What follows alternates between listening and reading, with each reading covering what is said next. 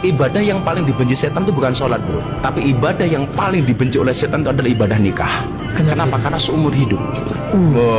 Maka semua orang menikah pasti punya jatah selama-lamanya. Karena nikah itu seumur hidup, maka setan benci dengan pernikahan. Nah, karena setan itu benci, maka semua yang ada dalam pernikahan itu dianggap ibadah. Begitu orang menikah, dianggap umatnya Nabi. Maka para hakikat yang jomblo segeralah menikah. Kenapa? Karena Dajjal dalam keadaan jomblo. Ibadah yang paling dibenci setan itu bukan sholat, bro. Tapi ibadah yang paling dibenci oleh setan itu adalah ibadah nikah. Kenapa? Karena seumur hidup. Maka semua orang menikah pasti punya jatah selama-lamanya. Karena nikah itu seumur hidup, maka setan benci dengan pernikahan. Nah, karena setan itu benci, maka semua yang ada dalam pernikahan itu dianggap ibadah. Begitu orang menikah, dianggap umatnya Nabi.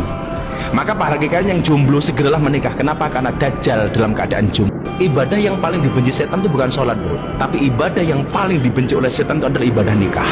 Kenapa? Karena seumur hidup. Maka semua orang menikah pasti punya jatah selama-lamanya. Karena nikah itu seumur hidup, maka setan benci dengan pernikahan. Nah, karena setan itu benci, maka semua yang ada dalam pernikahan itu dianggap ibadah. Begitu orang menikah, dianggap umatnya Nabi.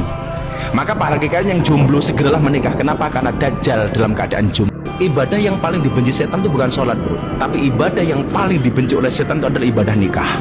Kenapa? Karena seumur hidup. Maka semua orang menikah pasti punya jatah selama-lamanya. Karena nikah itu seumur hidup, maka setan benci dengan pernikahan. Nah, karena setan itu benci, maka semua yang ada dalam pernikahan itu dianggap ibadah. Begitu orang menikah, dianggap umatnya Nabi.